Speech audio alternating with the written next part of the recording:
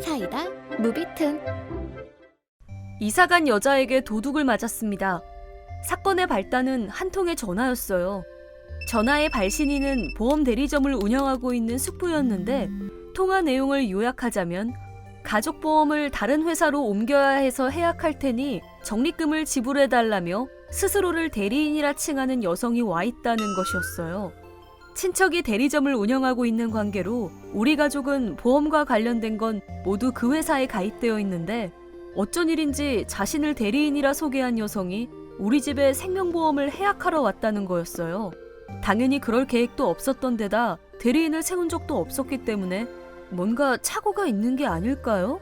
하고 물었더니 숙부는 그러니까 말이야, 다시 확실하게 확인해 볼게 라는 것으로 일단락되었습니다. 그런데 그날 밤, 이번엔 경찰에게서 전화가 걸려왔어요. 경찰은 댁의 친척이라고 주장하는 사람이 댁의 보험증권을 가지고 있을 뿐만 아니라 인감도장도 가지고 있는데 혹시 집히는 것 없으세요? 라고 물어봤어요. 그리고 보험회사 측의 신고로 일단 신변을 확보했다는 이야기도 덧붙여왔습니다. 그 보험회사 측이라는 사람은 낮에 저에게 전화했던 숙부였고, 대리인이라는 여성에게 이것저것 확인해봤더니 얘기가 자꾸 달라졌을 뿐만 아니라 마지막에는 사실 저는 친척이어서 라고 했다고 합니다. 숙부가 친척이라면 구체적으로 어떤 관계입니까? 라고 물으니 제 아버지의 형제의 딸이라고 대답했고, 숙부는 미심쩍은 마음에 바로 경찰에 신고했다는 거였어요. 참고로 저희 아버지는 아들만 둘인 집 둘째로 숙부가 저희 아버지의 형이었기 때문에 그 여성이 거짓말을 하고 있다는 걸 바로 알 수 있었습니다. 그래서 숙부가 몰래 경찰에 신고한 후 대리인이라는 여성의 이야기를 듣는 척하며 시간을 끌어 경찰이 도착할 때까지 기다렸다고 합니다. 그 이야기를 듣고 혹시나 하는 마음에 귀중품을 넣어둔 금고를 열어보기 위해 열쇠를 찾았는데 항상 똑같은 위치에 보관하는 열쇠가 사라지고 없었어요. 당황해서 남편이 보관하는 비상열쇠로 급하게 열어보니 안에 있어야 할 물건의 양이 조금 줄어 있었고, 꼼꼼히 확인해본 결과 보험증권을 넣어두었던 봉투는 있었지만 안에 있어야 할 증권은 없어진 상태였고, 예금 통장이나 인감도 사라진 걸 알 수 있었습니다. 게다가 같이 보관해두었던 귀중품들과 여러 가지 중요한 것들이 대부분 사라지고 없어서 이거 정말 큰일이다 싶어 통화 중임에도 불구하고 패닉에 빠졌는데, 전화 너머로 경찰이 진정하시고 금고 주변은 가급적 건드리지 말아주세요. 지금 바로 가겠습니다 라고 말해주셨어요. 그치만 어떻게 해야... 전부 사라졌어요. 왜? 어째서? 저는 도저히 진정이 되지 않았어요. 그러자 경찰이 네 부인 진정하시고 네, 한 번 더 라는 말을 따라하다 보니 엉겁결에 호흡이 안정되었고 남편과 경찰이 오기를 기다렸어요. 잠시 후 정말로 경찰이 찾아왔고 지문 채취라던가 금고를 가리키고 있는 사진 같은 걸 찍었습니다. 그 후 금고 안에 있던 귀중품에 대해서 이것저것 질문을 받았고 대답하는 사이에 급하게 상대의 신원이 밝혀졌습니다. 그리고 그 이름을 듣는 순간 전 깜짝 놀랐습니다. 그 사람은 다름 아닌 얼마 전 이사간 동네 여자였어요. 사실은 사건 며칠 전 동네 주민 중에 이사간 가족이 있었는데, 소문에 의하면 그 여자의 손버릇이 굉장히 나빠서 다른 집의 귀중품을 훔친 것이 들켜 이에 대한 책임으로 이사갔다는 이야기를 들은 게 기억났어요. 그 여자와는 이야기가 잘 통하지도 않았고 이웃이긴 하지만 집도 가까운 편이 아닌데다 반상회에도 가끔씩만 나왔었기 때문에 어쩌다 길에서 마주치면 인사만 나눴던 기억이 다였어요.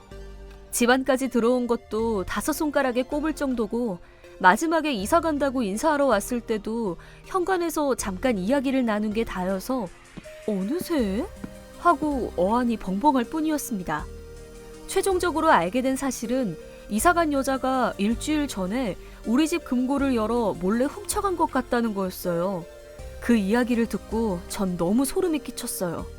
왜냐하면 최근 일주일 사이에 그 여자를 집에 들인 적이 한 번도 없었기 때문입니다. 그 그 사실을 경찰에게 말하니 집이 비었을 때 털었을 가능성이 있습니다. 라는 말을 들었습니다. 사전에 귀중품을 둔 장소와 열쇠 보관 장소 등을 조사했었던 건지 집안 곳곳에서 그 여자의 지문이 나온 것으로 미루어 보아 한 번이 아니라 두세 번은 침입했을 거라는 사실을 알 수 있었습니다.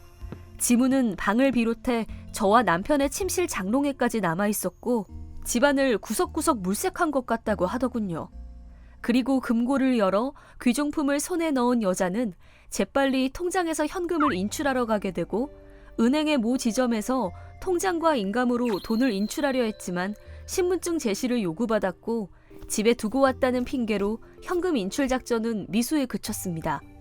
그 후 귀중품류는 팔아 현금으로 바꿨지만 이에 만족하지 못했는지 보험증권에 기재되어 있는 적립금을 보고는 해약하면 돈을 손에 넣을 수 있을 거라는 생각으로 보험증권에 적힌 숙부의 보험대리점으로 보험 해약을 하러 간 것이었습니다. 하지만 그 보험은 조금 특별한 계약이었기 때문에 대리인 증서를 지참했음에도 해약이 의심스러웠던 숙부가 저에게 확인을 하게 된 것이었죠. 게다가 숙부가 그 여자를 추궁하자 그 여자는 자신은 제 아버지의 형제의 딸이라며 숙부 앞에서 거짓말을 했고 결국 숙부가 경찰에 신고하게 되었습니다. 그 후 급하게 들이닥친 경찰에 의해 사문서 위조 및 행사, 그리고 기물 파손, 공무집행 방해 등으로 체포되었습니다. 사문서 위조 및 행사, 그리고 기물 파손, 공무집행 방해입니다. 조사 중에도 숙부가 저의 친척이라는 사실을 여전히 모른 채 제 친척이기 때문에 대리인이 될 수 있었다고 주장했다 합니다. 너무도 끈질기게 친척이다, 저희 아빠의 형제의 딸이다 라는 거짓말을 반복했기 때문에 친척이에요. 그쪽 형제의 딸이라니까요. 경찰이 말이 되는 소리를 하라며 숙부의 정체를 밝히자 창백해진 얼굴로 겨우 죄를 인정했다고 합니다. 그 후 이사간 여자의 남편과 부모가 바로 우리 집으로 찾아와 훔치려던 건 아니었다고 해요. 이사 때문에 돈이 필요해서 잠시 빌리려고 했던 것 같아요. 라며 필사적으로 변명을 했고 전액 변상할 테니 고소를 취하해 주세요. 라는 요구를 받았습니다. 죄를 지었으면 제대로 법의 심판을 받아야죠. 변상은 당연한 의무예요.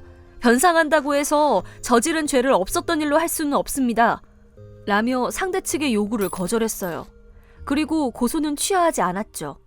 팔아버린 물건은 일부를 제외하고 다시 사왔고 되찾지 못한 물건은 거래 가격 플러스 알파로 합의했어요. 이 부분은 숙부가 소개해준 변호사에게 일임해 원활하게 해결할 수 있었어요. 하지만 이사간 여자가 저희 집 외에도 몇 차례나 동일하게 도둑질을 한 사실이 발각되었고 아마도 단순 배상액만 몇 천만 원 단위의 위자료 등등 위자료나 이것저것 포함하면 억대까지 올라가서 꽤 일이 커져버렸어요. 이사간 여자의 남편은 더 이상은 아내의 뒷수습을 할 수 없다며 이혼 신고서를 쓰게 한 뒤 도망치듯 떠났다고 합니다. 결국 위자료 등등의 배상금은 이사간 여자의 본가에서 지불하게 되었고 여러 대부업체에서 돈을 빌려 빈집털이를 한 전 가정에 변제했다고 합니다. 유치원생인 딸은 남편이 키우기로 했다고 해요. 그러고 보니 그 여자 사정청취 때 조금만 더 하면 됐는데 라며 한탄했다고 하는데 그 조금 더가 뭔지는 모르겠지만 일반적으로 이사 후에는 연락하거나 마주칠 일도 없어지니 이사 가고 나면 자신은 의심받지 않을 거라고 생각한 듯합니다. 떠날 때는 흔적을 남기지 말라는 말을 모르는 걸까요? 아무튼 이런 사건은 이제 지긋지긋해요. 이번 영상은 어떠셨나요? 재밌게 보셨다면 구독, 좋아요에 댓글까지 달아주시면 감사하겠습니다. 그럼 다음 영상에서 만나요.